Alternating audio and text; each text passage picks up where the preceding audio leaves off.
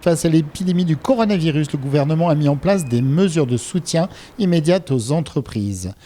Tout comme les entreprises, les services de l'État sont impactés par la situation actuelle, mais tout est mis en œuvre pour en assurer la fonctionnalité des services. Tout le monde est mobilisé, même si nous sommes fermés au public, on reste présent pour assurer la continuité de l'État, des collectivités territoriales et toute la mise en œuvre des mesures de soutien de l'économie, et je tiens à les saluer particulièrement parce qu'ils sont de fait exposés, mais ils restent parce qu'ils sont au service du public. Je rappelle que nous sommes interlocuteurs de premier rang définis par Bruno Le Maire, comme les chambres consulaires toutes, et donc il faut aujourd'hui tenir bon. Moi je demande aux ressortissants de ne pas rester seuls. Aujourd'hui, nous avons passé les flux entrants et on commence à faire des appels sortants pour aller chercher ceux qui ne se seraient pas manifestés. Il y a vraiment besoin de se faire accompagner parce qu'on n'est pas dans une crise qui est temporaire, on va être sur quelque chose qui va être très très long. Comment faire face à cette crise sans précédent ? Quelles sont les mesures mises en œuvre ? Informer les chefs d'entreprise quant aux démarches offertes afin d'enrayer au mieux l'impact sur la vie économique en Lozère. Tel était l'objectif d'une conférence de presse conjointe des services de l'État à l'initiative de la préfecture et des responsables économiques du département, dont la direction des finances publiques, la Directe et la Banque de France, mais plus largement aussi les services impliqués. Voici quelques éléments clés pour comprendre la situation et agir en conséquence. S'agissant du soutien aux entreprises, les ordonnances comportent des mesures de solidarité exceptionnelles pour maintenir à flot les petites entreprises, les plus vulnérables en fait. Il s'agit de soutenir leur trésorerie par des dispositifs simples afin d'éviter des faillites et des licenciements. Ce soutien massif passe par un fonds social de solidarité doté de 1 milliard d'euros par mois. Il s'adresse aux très petites entreprises, aux micro-entreprises.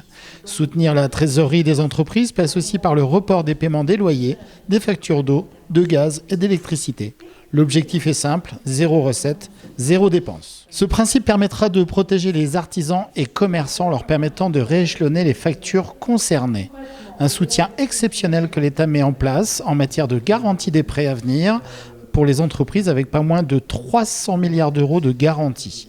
Enfin, proroger les délais légaux pour permettre aux acteurs économiques d'affronter cette période dans les meilleures conditions. Nous venons de signer tous ensemble, c'est inédit, un courrier demandant à ce que les professionnels ne fassent pas du frigo sur leurs factures, mais qu'au contraire, on paye très rapidement nos factures, même si notre trésorerie se dégrade. C'est important que déjà, entre Lozériens, on ne joue pas sur le crédit interentreprise. Si on a besoin d'argent, on a le concours bancaire, on a l'apport de trésor, on peut avoir aussi le report assez facile d'amortissement bancaire. Donc on vise à ce que, entre Lozériens, on soit pro, on soit évidemment solidaire. Attention, les impôts indirects dont la TVA sont exclus des possibilités de report. De même, les prélèvements opérés au titre du PAS pour l'impôt sur le revenu ne sont pas suspendus. L'action du gouvernement se concentre sur les impôts qui frappent directement les entreprises et non le consommateur final. En ces périodes houleuses, méfiez-vous, de nombreuses arnaques voient le jour. Il faut être très très vigilant parce que les escrocs profitent de la situation actuelle. Donc il y a des personnes qui se font passer pour la DGFiP, pour le paiement soi-disant de l'aide de 1 500 €. Il y a d'autres personnes également qui essayent de bénéficier du remboursement accéléré de la TVA. Donc j'appelle tout le monde à la plus grande vigilance. La DGFiP n'envoie pas de courriel. Il faut, pour demander des aides, se connecter sur les espaces impôts.gouv.fr. Pour faire face aux difficultés financières, la CCSF, la Commission des chefs de services financiers, peut accorder aux entreprises qui rencontrent des difficultés financières des délais de paiement pour s'acquitter de leurs dettes fiscales et patronales en toute confidentialité. Dans les situations les plus difficiles, des remises d'impôts directes peuvent être décidées dans le cadre d'un examen individualisé des demandes. L'objectif est de maintenir l'emploi à tout prix ainsi qu'un certain niveau de vie. Pour cela, des mesures prises permettent d'éviter des licenciements via la protection des entreprises, de protéger les salariés en conservant leur emploi. À cet égard, le régime de chômage partiel est le plus protecteur d'Europe. Protéger le niveau de vie des plus vulnérables en préservant les droits des demandeurs d'emploi en fin de droit et en prolongeant l'éligibilité des minima sociaux, et ce durant toute la période de la crise sans réexamen des conditions. Il a été mis en place une simplification des démarches pour les employeurs et les salariés. Je donne la parole au directeur de la Banque de France qui est avec nous. J'espère que vous avez bien entendu, monsieur le directeur. Chaque département, il y a un correspondant TPE et PME qui est là justement pour orienter les chefs d'entreprise vers les structures et vers les dispositifs qui ont été annoncés. Les démarches sont simplifiées pour que toutes les entreprises éligibles puissent les accomplir et assurer la continuité de leur activité. Tous ces dispositifs sont mis en œuvre le plus rapidement possible par l'ensemble des fonctionnaires des finances publiques et du travail. Les nouveautés sont diffusées chaque jour par tous les canaux disponibles. Le but est que les entreprises soient au courant le plus tôt possible des dispositifs et qu'elles n'hésitent pas à faire appel aux services de l'État pour les accompagner. Si l'activité de votre entreprise est impactée par le Covid-19, voici quelques liens très utiles. Impôts.gouv.fr qui fait le point sur les mesures en matière fiscale et présentation des mesures d'accompagnement. Pour bénéficier de délais de paiement et d'échéances, joindre l'URSSAF.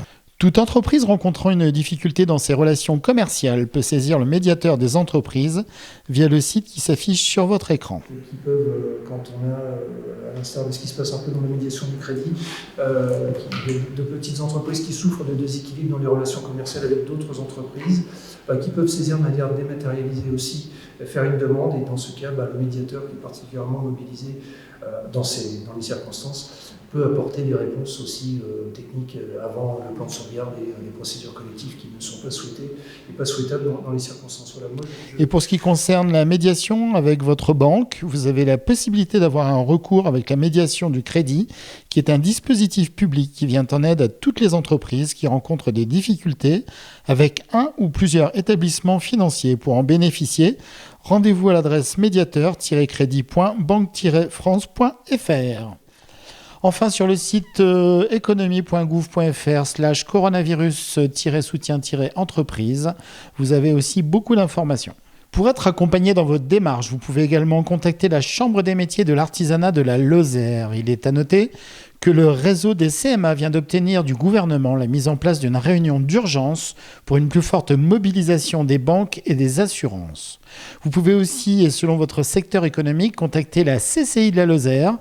Thierry Julier, son président, nous évoque cette situation particulière. Alors, je tiens à dire que toutes les organisations professionnelles ont fait un formidable travail auprès de leurs ressortissants, auprès de leurs adhérents de Lozère.